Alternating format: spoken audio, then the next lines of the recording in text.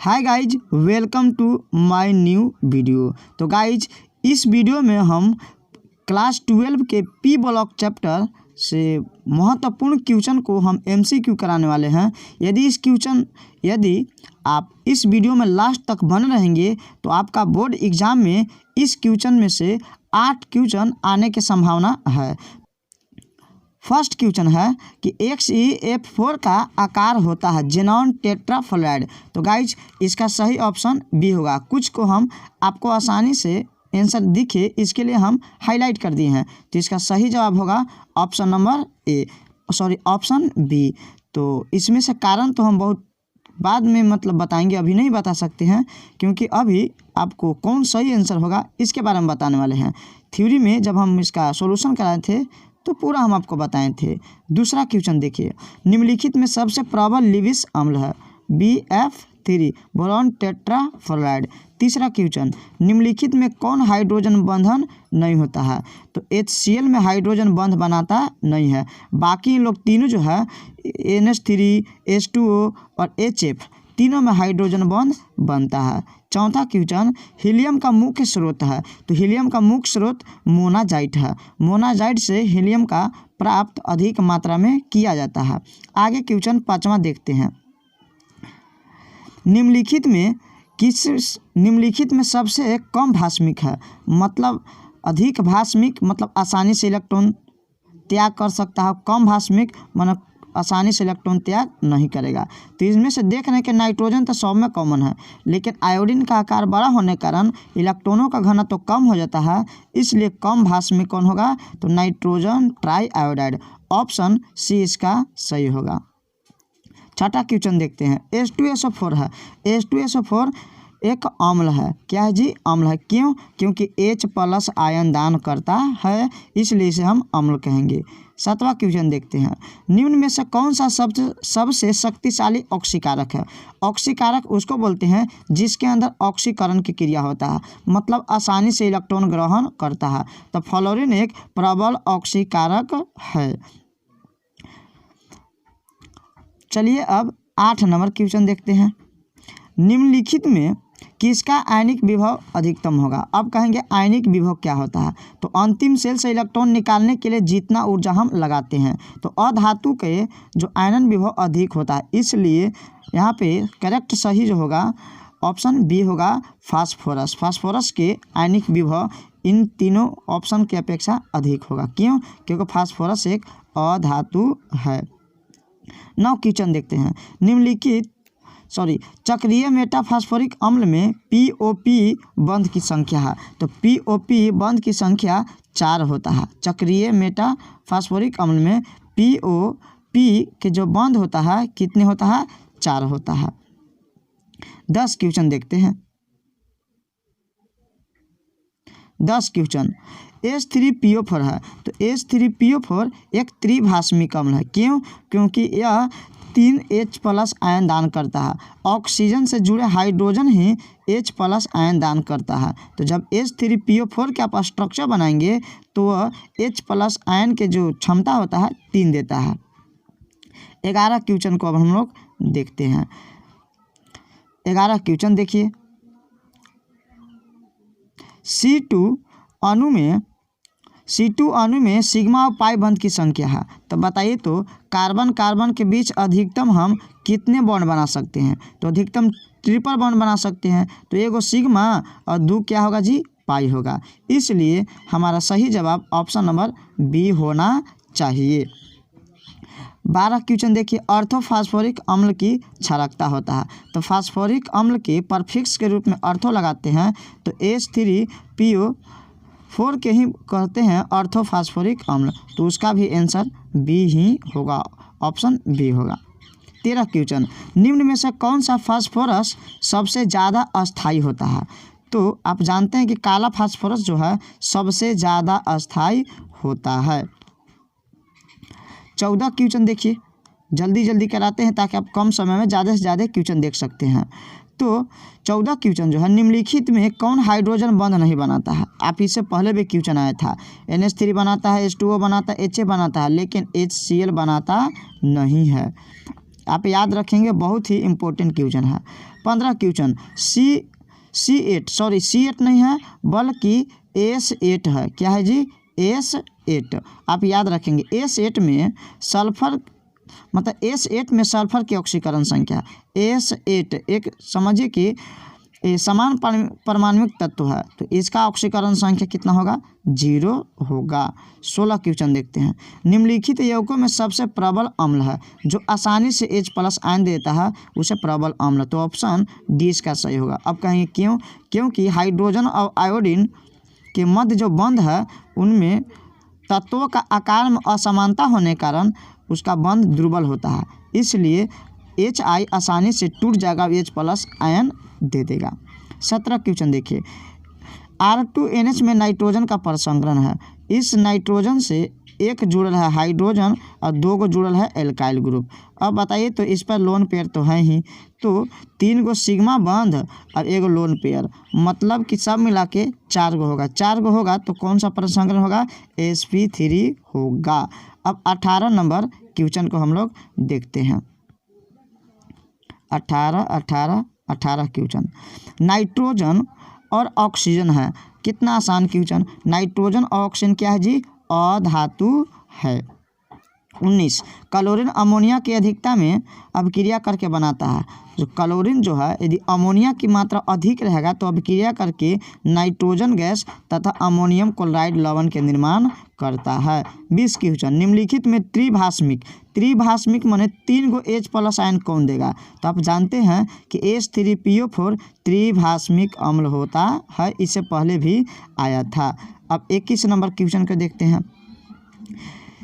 किस गैस का अवशोषण चारकोल के द्वारा सबसे अधिक होता है? तो जो आसानी से द्रवीभूत हो जाता है वह चारकोल जो है उसे आसानी से अवशोषित कर लेगा, तो NH3 जो है आसानी से द्रव में परिवर्तित हो जाता है, इसलिए इसका अवशोषण चारकोल सबसे ज़्यादा करता है। 22 क्वेश्चन देखिए। तो नाइट्रिक अम्ल तैयार किया जाता है। नाइट्रिक अम्ल ओस्टवाल विधि द्वारा तैयार किया जाता है। नाइट्रिक मतलब HNO3 जो है कौन सा विधि द्वारा तैयार किया जाता है? तो ओस्टवाल विधि द्वारा किया जाता है। 23 क्वेश्चन देखते हैं। P4O10 में सिग्मा बंधों की संख्या, तो इसमें सिग्मा बंधों की जो संख्या होती है कितना होता है? 16 होता है। बनाएंगे ना, जब ये फास्फोरिक अम्ल के अनहाइड्राइड है, जब इसको आप बनाएंगे तो इसमें P सिग्मा बंधों की जो संख्या होगा 16 होगा। ऑप्शन डी इसका सही होगा। 24 देखिए। निम्न में से कौन सा ऑक्साइड उभयधर्मी होता है? तो ZnO। अब कहेंगे कि उभयधर्मी क्या होता है? तो वैसा धातु के ऑक्साइड जो अपना चारों ओर ऑक्साइड बना के अपना सुरक्षा स्वयं करता है तो उसे हम उभयधर्मी कहते हैं। एक और क्वेश्चन याद रखिएगा, Al2O3 भी एक उभयधर्मी है, PbO2 भी एक उभयधर्मी है और ZnO भी एक उभयधर्मी है, तो आप इसे याद रखेंगे। अब देखते हैं हम लोग 25 नंबर क्वेश्चन को।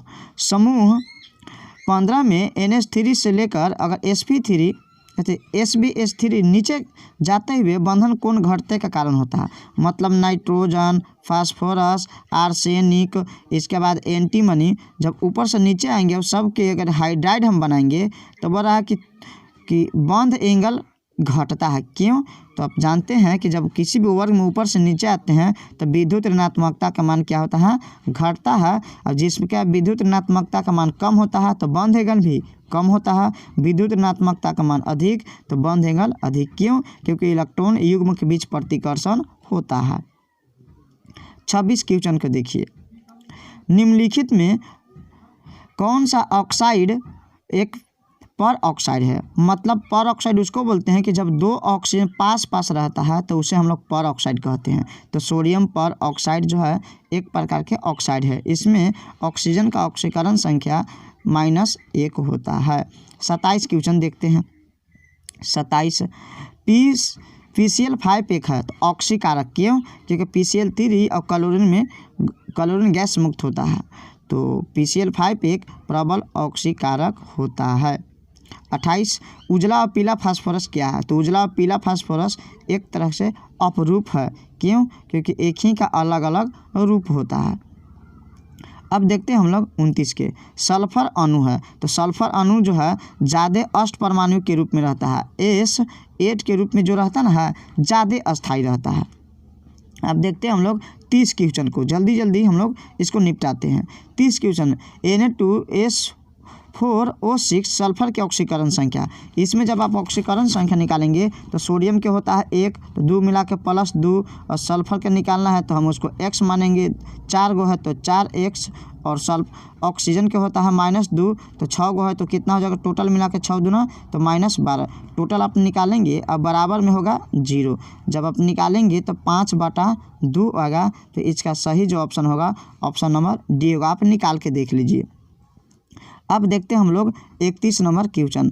H2O2 में ऑक्सीजन की ऑक्सीकरण संख्या है। तो इसमें ऑक्सीजन की ऑक्सीकरण संख्या -1 है। क्यों? क्योंकि पर ऑक्साइड है। 32 निम्नलिखित में कौन उपधातु है? उपधातु आप जानते हैं कि मुख्य रूप से 7 गो है, लेकिन कुल कहेंगे तो 9 गो। एंटीमनी जो है एक प्रकार के उपधातु है, बाकी फास्फोरस है, सल्फर है, ब्रोमीन है, यह अधातु है। 33 क्वेश्चन SO2 अणु में सल्फर परमाणु का प्रसंकरण। इसमें प्रसंकरण निकालेंगे तो डबल बॉन्ड से ऑक्सीजन, इधर भी डबल बॉन्ड से ऑक्सीजन, और लोन पेयर है इसके पास। तो एगो 2 इधर लोन पेयर, एगो सिग्मा पाई, फिर सिग्मा फिर पाई, बाकी लोन पेयर। तो टोटल मिला के 3 हुआ। जब 3 होता है कक्षक की संख्या तो sp2 इसका प्रसंकरण होता है। अब देखते हैं हम लोग आगे क्वेश्चन 34 में। 34 H3PO3 है एक। तो H3PO3 एक द्विभाषमिक है। क्यों? क्योंकि H3 और PO4 जो होता है त्रिभाषमिक अम्ल है, लेकिन H3PO2 कहेंगे तो द्विभाषमिक अम्ल होगा। अब 35 देखिए, निम्न में से कौन कांच के साथ अपक्रिया करता है? तो कांच के साथ जो अपक्रिया करता है HF करता है। आप याद रखिएगा, हाइड्रोक्लोरिक फ्लोराइड, हाइड्रोफ्लोराइड जो है हाइड्रोक्लोरिक फ्लोराइड, हाइड्रोफ्लोरिक अम्ल जो है कांच के साथ अभिक्रिया करता है। अब देखते हैं 36 आवर्त सारणी के द्वितीय आवर्त में। तो पहले का आवर्त में 2 तत्व होता है, दूसरका में 8 होता है, तीसरका में भी 8 होता है। तो हमको दूसरा आवर्त में कहा, तो कितना होगा? 8 होगा। ऑप्शन बी इसका सही होगा। 37 क्वेश्चन को हम लोग अब देखते हैं। जब क्लोरीन कमरे के ताप पर शुष्क बुझे हुए चूने पर से गुजारी जाती है तो मुख्य अभिक्रिया उत्पाद होता है। तो विरंजक चूर्ण का निर्माण करता है, CaOCl2 विरंजक चूर्ण बनाता है। 38 क्वेश्चन देखते हैं, कौन सा बंध सबसे ज़्यादा प्रबल होता है? तो क्लोरीन के बीच जो है बंध सबसे ज़्यादा प्रबल होता है। क्यों? क्योंकि इसका आकार बड़ा होता है, विद्युत ऋणात्मकता भी ऊंच होती है। लेकिन कहेंगे कि सबसे ज़्यादा विद्युत ऋणात्मकता फ्लोरीन का होता है, लेकिन फ्लोरीन के आकार छोटा होने के कारण फ्लोरीन अणुओं के मध्य जो होता है प्रतिकर्षण अधिक होता है और बंध जो है प्रबल नहीं बन पाता है, अस्थायी ज़्यादा नहीं हो पाता है। तो आप याद रखिएगा, सबसे ज़्यादा बंध प्रबलता का मान होता है क्लोरीन के, लेकिन विद्युत ऋणात्मक का मान सबसे अधिक होता है फ्लोरीन। अब देखते हैं हम लोग 39 निम्न में से कौन सी गैस एकल परमाणुक है? तो वर्ग 18 के जितने भी तत्व होते हैं एकल परमाणुक होते हैं। तो ऑप्शन बी हीलियम होगा। अब हम लोग 40 क्वेश्चन को देखते हैं। 40 क्वेश्चन जो है बोल रहा है कि अमोनिया आद्र लाल लिटमस पत्र को किस रंग में बदल देता है? तो लाल लिटमस पत्र को नीले रंग में बदल देता है। और लास्ट क्वेश्चन देखते हैं हम लोग 41 निम्न में से किस में पी पाई डी पाई बंध पाया जाता है? तो याद रखिएगा, ये गलती टिक किया हुआ है। इसका सही जवाब होगा ऑप्शन नंबर डी। क्यों? क्योंकि सल्फर के पास इसके पास डी ऑर्बिटल पाया जाता है और ऑक्सीजन के पास पी, और दोनों मिलकर पी पाई डी पाई बॉन्ड बनाते हैं। बाकी नाइट्रोजन और ऑक्सीजन दोनों के पास पी खाली पाए जाते हैं। बोरॉन और ऑक्सीजन के पास भी पी ऑर्बिटल और कार्बन ऑक्सीजन के पास भी पी ऑर्बिटल। तो इसका सही जवाब होगा ऑप्शन नंबर डी। अब देखते हैं हम लोग 41 नंबर वर्ग 16 के तत्व क्या कहलाता है? तो वर्ग 16 के तत्व को हम लोग कैल्कोजन कहते हैं, और वर्ग 17 के हाइड्रोजन डी को संक्रमण और उत्कृष्ट बोलते हैं 18वां के। तो इसका सही जवाब होगा option number B. 43 question white phosphorus मतलब उजला फास्फोरस P4 अणु में इनमें से क्या सही नहीं है? क्वेश्चन थोड़ा सा आप सुधार लीजिए, क्या सही नहीं है। तो आप इसमें से 6 गो PP सिंगल बॉन्ड इहो सही है, और जो 4 गो जो है ना PP सिंगल बॉन्ड नहीं होता है। 4 लोन पेयर भी सही है, और 60 डिग्री के PP बंध भी बनाता है, वो भी 60 डिग्री बनाता है। तो क्वेश्चन लिख लीजिएगा किस इसमें से कौन सही नहीं है, तो ऑप्शन बी सही नहीं है। इसका फिगर तो हम अभी बनाएंगे नहीं, आप इसे अभी याद रख लीजिए। 44 क्वेश्चन को अब देखते हैं। निम्न में से विषमत की सबसे अस्थायी ऑक्सीकरण अवस्था है। तो विषमत के अस्थायी ऑक्सीकरण संख्या कितना होता है? +3 होता है। क्यों? क्योंकि इलेक्ट्रॉन युग्म प्रभाव होने कारण +5 ऑक्सीकरण संख्या दर्शाता नहीं है, इसलिए +3 ऑक्सीकरण संख्या ही दर्शाता है। 45 देखिए, निम्न में से कौन सा एक हैलोजन प्रबल ऑक्सीकारक है? तो फ्लोरीन एक प्रबल ऑक्सीकारक है। क्यों? क्योंकि इसमें आसानी से अवकरण की क्रिया होती है। 46 उजला और पीला फास्फोरस है। उजला और पीला फास्फोरस जानते ही हैं एक अपरूप होता है। अब देखते हैं हम लोग 47 नंबर क्वेश्चन को, बहुत ही इम्पोर्टेंट क्वेश्चन है। 47 क्वेश्चन बोल रहा है कि अभिक्रिया N2+ में 3H2 मिल के जो 2NH3 और प्लस में कैलोरी मतलब ऊष्मा का निर्माण हो रहा है। यह जो है NH3 माना अमोनिया के निर्माण हैबर विधि द्वारा ही हो रहा है। तो इसमें बोल रहा है कि क्या होगा, तो ये अमोनिया NH3 का उत्पाद बढ़ जाएगा अगर इस तरीक़ा से, अगर इधर 47 क्वेश्चन में बोल रहा है कि अभिक्रिया N2+ 3H2 reaction 2NH3 plus में ऊष्मा का निर्माण कर रहा है। तो ताप बढ़ाने पर क्या होता है? और पहला ऑप्शन बोल रहा है कि अमोनिया का उत्पादन बढ़ जाता है, ताप बढ़ाने पर बढ़ता नहीं है। दूसरा, अमोनिया NH3 का उत्पादन घट जाता है, तो हाँ, ताप बढ़ाते हैं तो घट जाता है। क्यों? क्योंकि इस अमोनिया के निर्माण हैबर विधि में करते हैं तो ताप को जो रहते हैं निम्न रखते हैं और दाब को क्या रखते हैं? ऊंच रखते हैं। आप याद रखिएगा, हैबर विधि में जब अमोनिया के निर्माण करते हैं NH3 के, तो ताप को निम्न रखते हैं और दाब को ऊंच रखते हैं। इसलिए जब हम ताप बढ़ाएंगे तो अमोनिया का उत्पादन क्या हो जाएगा? घट जाएगा। क्यों? क्योंकि ली-शातलीय नियम को पालन करता है। 48 देखिए, क्लोरीन अमोनिया की अधिकता में क्या बनाता? जस्ट पहले भी क्वेश्चन आया था। नाइट्रोजन गैस तथा अमोनियम क्लोराइड लवण के निर्माण करता है। 49 क्वेश्चन, जल्दी 70 क्वेश्चन देख लीजिए और एग्जाम में आपको ज़रूर इसे मिलेगा। निम्न में से कौन सा बंध सबसे ज़्यादा प्रबल होता है? तो बंध तो सबसे ज़्यादा प्रबल जो होता है क्लोरीन के मध्य होता है। 50 क्वेश्चन, XeF4 जेनॉन टेट्राफ्लोराइड के आंशिक जल अपघटन करते हैं। अगर पूर्ण जल अपघटन करेंगे तो जेनॉन ट्राईऑक्साइड बनेगा, लेकिन आंशिक मतलब एक बार थोड़ा सा जल अपघटन करेंगे तो जेनॉन ऑक्सी डाईफ्लोराइड बनेगा, XeOF2 बनाएगा। 51 क्वेश्चन देखिए, NH3 में मिलती जुलती है, तो ये दोनों क्षारीय है क्योंकि इलेक्ट्रॉन युग्म दोनों के पास पाया जाता है, दान कर सकते हैं। 52 क्वेश्चन देखते हैं। 52 क्वेश्चन, तो H2SO4 एक है, तो H2SO4 एक द्विभाषमिक अम्ल है। क्यों? क्योंकि 2 H+ आयन दान करता है। 53 सिलिका और हाइड्रोजन फ्लोराइड के प्रतिक्रिया से प्राप्त होता है।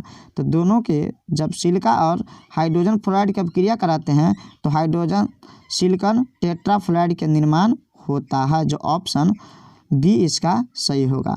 54 क्वेश्चन, जेनॉन अणु में किस प्रकार का बंध उपस्थित होता है? तो सहसंयोजी बंध बनाता है। जेनॉन एक ऐसा अक्रिय तत्व है जो यौगिक के निर्माण करता है और सहसंयोजी बंध से बनाता है।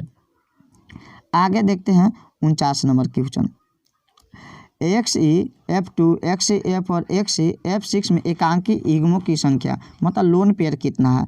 तो 4 गो लोन पेयर में 2 गो तो बना चुका है 2 इलेक्ट्रॉन, तो बाकी 3, फिर इसमें 2 रहेगा, फिर इसमें 1, मतलब ऑप्शन डी सही होगा। XeF2 में 3 गो, XeF4 में 2 गो और XeF6 में 1 होगा लोन पेयर।